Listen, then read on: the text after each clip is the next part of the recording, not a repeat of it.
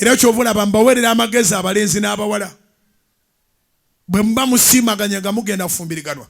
Temulokoka kusinga mulokozi. Mulemenga okwogera ebintu by'ekisiru. Muntu baba akukwanye nga akwagala era nga awulira akwagalidde ddala. Tatandika kubuuza mbu wali waakebaka n'abasajja bameka. Byayita. Afunemu ki? Nammwe mwegendereze. Tosiriwala kufuuka mulokole nnyo okusinga Yesu alokola. Manyi munnange kati engeri gye tugenda ofumbiriganwa. Kati nkubuulira amazima. Nalaluka ndi muto. 14 nali simanyi bavubuka bennaakabeerako nabo. Kati n'abalamu agenda kufunira ku 23. Myaka 10 egiyise ku 14 wali tomanyi be waakabeera nabo. Ng'olyoka owulira bw'ayagala okusimaasima.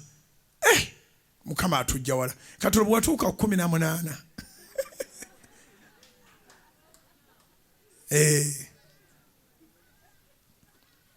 18. Omugamba 18. Abo siyinza na kujjukira. Kati ate bwe watuukira ku 22. Anoonya ebitagasa. Omutima gwo kasita gumenyeka. Emmeeme yo n'owulira ng'eboneredde. Ne weewaayo nga ssaddaaka eri Katonda. N'akukyusa. Toddanga emabega n'ebyemabega birekere ddala. Leka kukyusa ate bigendererwa ng'oli eno. Bw'oba muyimbi otandika okulaba nga tetuli feeya kuba tetuyingira bivulu byo. Tetuli feeya kubanga tetwagala nnyimba zo. Bw'oba musumba tetuli feeya kubanga tetuli mu kanisa yo. Oyagala okuddayo mu nsi. Bassebo ne bannyaba abaalokoka. Naawe agenda okulokoka. Eno tetujjayo kuketta. Eno tujjayo kuwummula. Wange. Eno mu kanisa eno mu Yesu. Tetujjayo kuketta. Tujjayo kuwummula era bw'aba tuyita tatukaka. Bw'oba okyagala guluba n'ebintu byo. Matayo 11:28. Aga nti mujja gye ndi. Gurupu eno abakooye.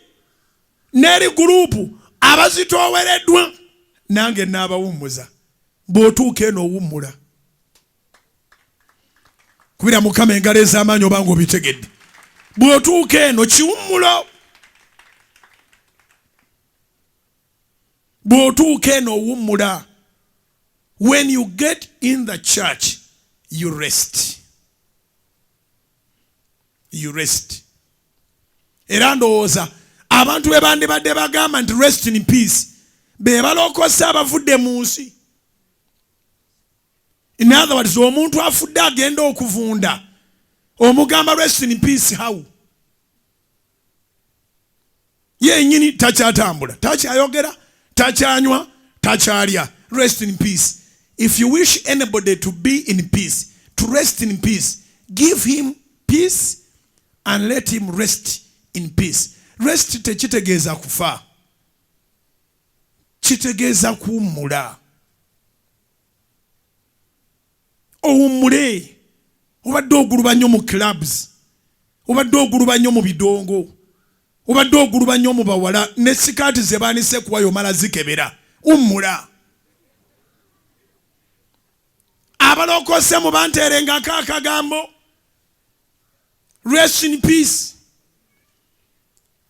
Tagugumuka takoma weeyo.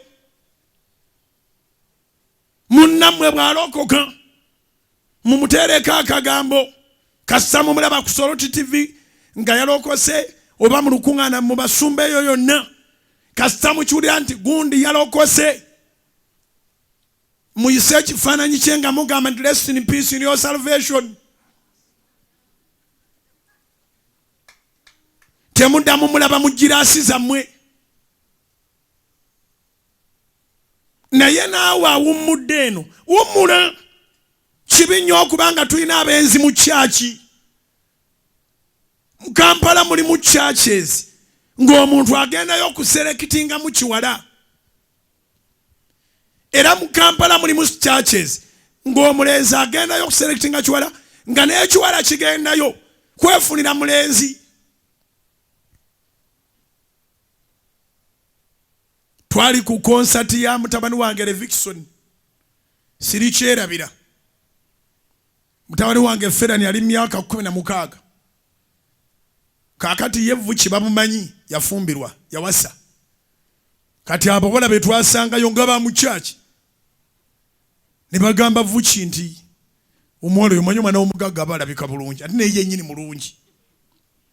Ne bamugamba nti omulenzi oyo abawala vuki n'abagamba nti omwana omuto myaka 16. Abawala b'omu church ne bamugamba nti tukabira mubikiri naye ate ono atukutukidde mu ngalo 16 tuli aba 13 mu church 13 14 15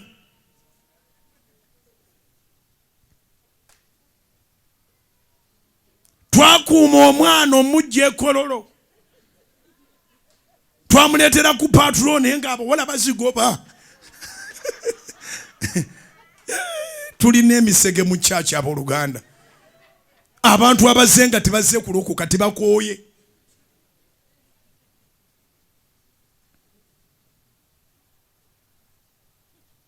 Wange wumula mujjejjeni mwebe n'abakooye era bazitoobereddwa nange n'abawummuza.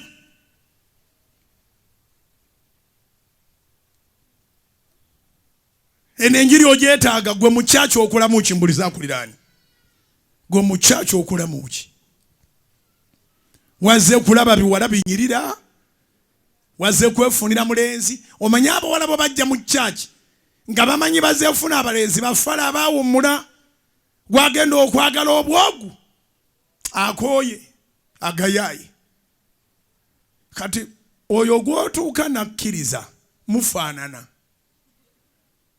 Wange bw'oba oli muwala anoonya omulenzi fala anaakwagala wekka n'omufuna mu church ng'ebigendererwa byammwe si byakufumbiriganwa mufaanana naye yajja ayagala omuwala wa church atagenda mugattika naawe wajja onoonya omulenzi wa church atagenda kugattika naye nga tokyukanga. Kati ogenda okulaba nga kyangu nnyo mu mwezi gumu ofunyemu omuwala gwe mwebaka naye ng'ogamba n'abalokole bangu si mulokole mufaanana. Kyewajja onoonya naye kyeyajja anoonya naye abajjanga bakooye era nga bazitoowereddwa ne babatikkula balina ebibala bino okwagala naye si kwagala kwa bwenzi. Balina ekisa naye si kyakwegaba. Kubira Mukama engalo ez'amaanyi oba amagezi gazze. Tolaba omuwala akusima yiringira wano n'oga nti oyayanguye. Tugenda kumaliriza enjiri ya leero tudde we twatandikidde. Bagalatiya essula 5 naye ebibala eby'omwoyo bye bino kwe kwagala. Omuntu bw'aba akutegekedde akatebe n'akufaako tekitegeeza nti ayagala mwegatte. Okusanyuka basanyufu. Zino simayiro za ssanyu baanunulibwa si simayiro za kubeera bangu mu kukwanibwa. Emirembe bantu ba mirembe bakoowa abakwabuzi bakumalako emirembe n'akukwabula wena n'aleka nga tolimu nakategeera n'omubuuza akasente waakiri ogula obutunda ng'alina. Era bafubye nnyo ababakwabula bafubanga bwe basobola bakiteeke mu nsi nti abawala be balina okugaba. Naye ng'omuwala akugabira ki? Anaakuwa bimeka?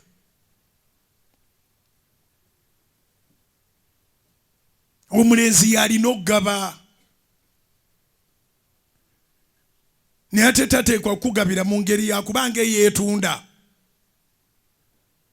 Bawala ba mirembe bagumiikiriza. Ekyo tekitegeeza nti basiru. Balina ekisa naye si kyakwegaba. Obulungi bantu balungi ate n'obulungi bwennyini balungi. Ali ku solo titibira bafeesi z'abawala bali ku Canan balungi. Bw'ofunanga gw'ogwiraganirako nakkiriza oyo si waffe. Oyo afaanagana naawe. Bano balungi. Balungi abeegendereza. Bamanyi kye bali. They know who they are.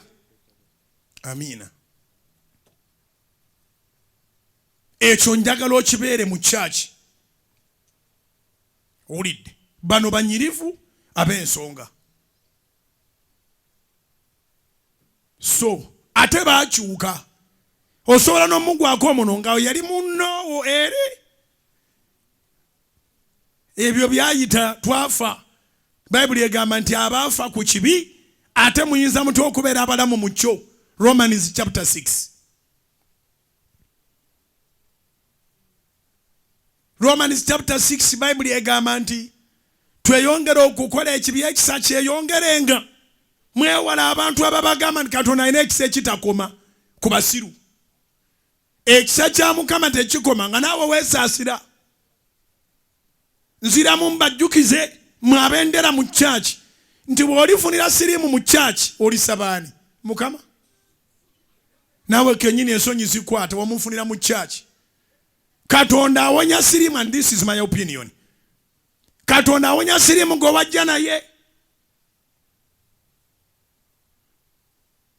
Ate guno omulembe abantu bagenda kulwala siriimu bakoowe bukooyi kubanga babalimbye nti babakoleddeyo obuntu mwekebere awo wennyini mwewe results. Oba jjajjawo yabukola. Jjajjawo n'ennyoko bwe kubanga kuliko akola bamanya bu test kit bukozesi era obwesige. Abaana bali mu kwewere bakiwuka. Babeera n'obuntu bwabwe batambula nabwo. Bagambe babukebera batya? Bakateeka mu kamwa? Nawuliranga akatali ka kusala musaayi nga babadde bakola. Mu malwaliro nti batujjako kasaayi. Kano simanyi baba kakozesera saagala kumanya. Naye kimu kye mmanyi. Nti abakola kondomu ne mumalo zikosa ne ziggwawo. Ne babategeeza nti mutusonyiwe. Kondomu ezaafuluma wakati w'ebbanga bwe liti okutuuka ku bbanga bwe liti. Zaali nfu.